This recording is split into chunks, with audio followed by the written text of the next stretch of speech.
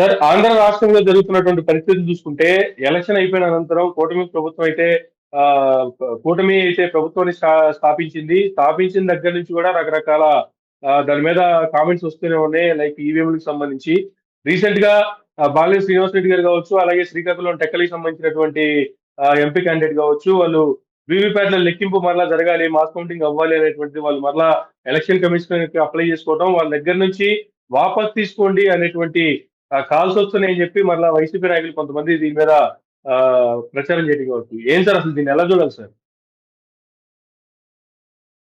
మొట్టమొదటి ఈవీఎం అనే సిస్టమ్ వచ్చిన తర్వాత కొన్ని రాజకీయ పార్టీలకు కొన్ని సామాజిక అంశాలపై కొన్ని అభ్యంతరాలు ఉన్నాయి. వాటి పనితీరు పైన కావచ్చు, వాటి పారదర్శకత పైన.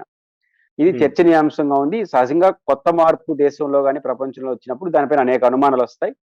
అది ప్రజలందరూ విశ్వసనీయత వచ్చేంత వరకు ఎన్ని అనుమానాలు వచ్చినా తీర్చాల్సిన బాధ్యత కమిషన్ది. ఒక సందర్భంలో ట్యాంపరింగ్ జరిగిందనే విమర్శలు వచ్చినప్పుడు చంద్రబాబు నాయుడు గారు అప్పుడు ఓడిపోయారు. ఎలక్షన్ కమిషన్ ఛాలెంజ్ చేసింది. మీరు ఏ టెక్నికల్ ఎక్స్పర్ట్ అయినా పంపించండి, ఎప్పుడైనా పంపించి ఎనీ టైం మేము నివృత్తి చేస్తామని చేశారు కూడా వాళ్ళు. అదే స్పిరిట్. ఎందుకంటే ఎలక్షన్ కొత్త పద్ధతి నువ్వు ప్రవేశపెట్టినప్పుడు అనుమానాలు రావడం సహజం. అది అర్థం చేసుకోవడం కొంత టైం పడుతుంది కాబట్టి అంతవరకు ఓపికగా సమాధానం చెప్పాల్సింది. ఏంది పదే పదే వస్తుంటే కుదరదు. ఎందుకంటే 5 ఏళ్ల దేశ భవిష్యత్తుని, రాష్ట్ర భవిష్యత్తుని ఒక వ్యక్తి చేతిలో, ఒక పార్టీ చేతిలో పెట్టే గొప్ప విషయం అది ప్రజాస్వామ్యంలో. కాబట్టి దానిపైన అనుమానాలు తీర్చాలి. ఇది ఫస్ట్ పాయింట్.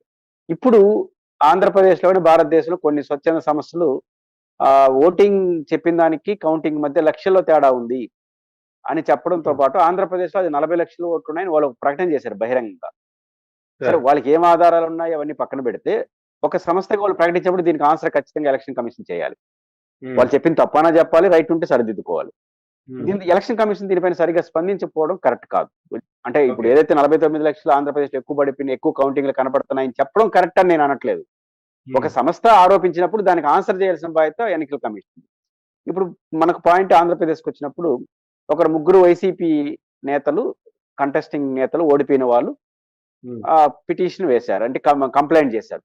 అంటే ఎవరైనా సరే ఎలక్షన్ రూల్స్ లోనే ఏముందంటే ఎవరికైనా అనుమానం ఉంటే పోటీ చేసిన వ్యక్తికి ఒక ఈవీఎం ప్యాడ్ ని ఈ ఓటర్ ప్యాడ్ తో పోల్చుకోవాలి అనేది ఈవీ ప్యాడ్లతో, ఈవీఎం మిషన్ తో.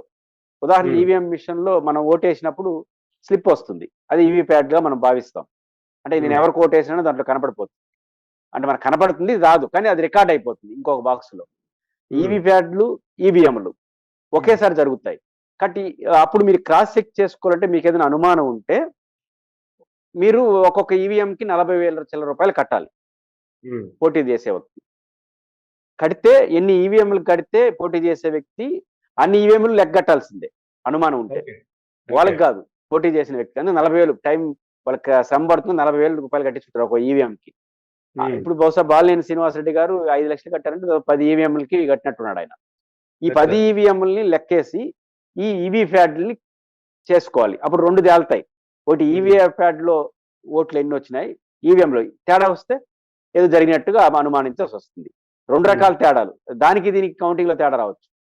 అంటే దాంట్లో 10,000 ఓట్లు పడి దీంట్లో 700 ఓట్లు పడి 701 ఎందుకు వచ్చింది తేడా అనే విమర్శలు వస్తాయి.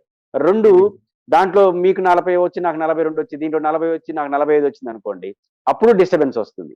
కాబట్టి ఒకవేళ ఒక్క ఈవీఎంలో వాళ్ళకి అనుమానం వస్తే మొత్తం ఈవీఎంలు డబ్బు కట్టాల్సిందే, చేయాల్సిందే. అయితే ఈవీఎంలు ప్యాడ్లు కట్టినప్పుడు 40,000 రూపాయలు అభ్యర్థి కట్టాడు అనుకోండి, వాళ్ళు దాంట్లో పొరపాటు జరిగిందని నిర్ధారణ అయితే ఆ డబ్బులు తిరిగి ఇచ్చేవాళ్ళు. ఎవరికి? అభ్యర్థి. నిర్ధారణ అయితే మనం ఫీజులు కట్టినప్పుడు అట్లా ఇదే అభ్యర్థి. లేకపోతే ఆ డబ్బులు తిరిగి వాపస్ ఇవ్వబడదు. ఇది లాజిక్. దీన్ని వాళ్ళు కట్టారు. కట్టినప్పుడు ఇప్పుడు బయట మాట్లాడుతారు. ఇప్పుడు వాళ్ళు చేసిన ఆరోపణ ఏంటంటే అధికారులు మా పైన ఒత్తిడి చేస్తున్నారు, ఉపసంహరించుకోమని. కానీ డబ్బులు కావాలంటే మేము ఇచ్చేస్తామని, అంటే కట్టిన డబ్బు ఇచ్చేస్తామని చెప్పినట్టు వాళ్ళు చెప్తున్నారు. మనకు ఆ రికార్డు ఆధారాలు లేవు కాబట్టి మనం మాట్లాడలేము. ఇక్కడ ఎలక్షన్ కమిషన్ దీన్ని ఛాలెంజ్ గా తీసుకోవాలి. ఒకవేళ నిజంగా వాళ్ళ అభ్యర్థులు చెప్పినట్టు కానీ ఒత్తిడి చేస్తుంటే అది చాలా పొరపాటు. ఎందుకంటే ప్రతి విమర్శ వ్యవస్థ స్ట్రెంథన్ కావడానికి దోహదపడుతుంది.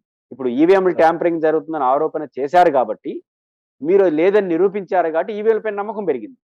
ఇప్పుడు కూడా ఈవీ ప్యాడ్లకి వాటికి తేడా ఉందని ఒక 2-3 ఎమ్మెల్యేలు కంప్లైంట్ చేసిన తర్వాత లేదని నిరూపించడం ద్వారా ఫర్దర్ కాంప్లికేషన్స్ కి మీరు ఫుల్ స్టాప్ పెట్టచ్చు. ఇప్పుడు జగన్మోహన్ రెడ్డి గారు ఓటుపోయిన సాయంత్రం చేసిన ప్రకటన ఏంటి? అక్కా చెల్లెలు ఓట్లు అయినాయి అవన్నీ అంటూ ఒక పరోక్షంగా ఒక మాట అన్నాడు. ఇది పెద్ద పెద్ద వాళ్ళ కూటమి, ఏదో జరగరాని జరిగిపోయింది, కానీ నేను నిరూపించలేను అన్నాడు. అంటే ఒక రకంగా ఈవీఎం ట్యాంపరింగ్ ఏదో జరిగిపోయిందనే విమర్శ ఆయన చేసినట్టు ఇండైరెక్ట్ గా. తర్వాత కొంతమంది చేసినారు. ఇప్పుడు వాళ్ళు ముగ్గురు కట్టిన తర్వాత దాన్ని లెక్క కట్టి లేదని నిరూపిస్తే ఎలక్షన్ కమిషన్ క్రెడిబిలిటీ పెరుగుతుంది. అప్పుడు ఆ మరుసటి రోజు నుంచి జగన్మోహన్ రెడ్డి గారు ఈ మాట అనలేడు. నువ్వు కానీ దాన్ని ఆపేసే ప్రయత్నం చేసినా, విత్డ్రా చేసుకున్నా, ఇంకా జీవితకాలం 29 వరకు చెప్తాడు ఆయన. ఇవన్నీ లేకపోతే మీరు ఎందుకు చేసినారు అని. కాబట్టి ఖచ్చితంగా ఎలక్షన్ కమిషన్ ఛాలెంజ్ గా తీసుకొని ఆ ముగ్గురిది లెక్కగట్టి ఏమీ లేదని నిరూపించడం ద్వారా ఫర్దర్ కాంప్లికేషన్స్ కి అవకాశం లేకుండా చేయాలి. ఏ కారణం రీతినా వాళ్ళు విత్డ్రా చేసుకున్నా ఖచ్చితంగా 29 ఎలక్షన్ వరకు ఈవీఎంల ప్రభుత్వాన్ని వీళ్ళు విమర్శిస్తూనే ఉంటారు. ఎలక్షన్ కమిషన్ కూడా నిందలు భరించాల్సి వస్తుంది. రెండోది, దేశవ్యాప్తంగా కొన్ని లక్షల ఓట్లు తేడా వచ్చేసినాయని వాళ్ళకి ఒక సత్యం సంస్థ బహిరంగ ప్రకటించింది. కాబట్టి ఇది వాళ్ళకి మంచి అవకాశం, దీన్ని నిరూపించాలి వాళ్ళు.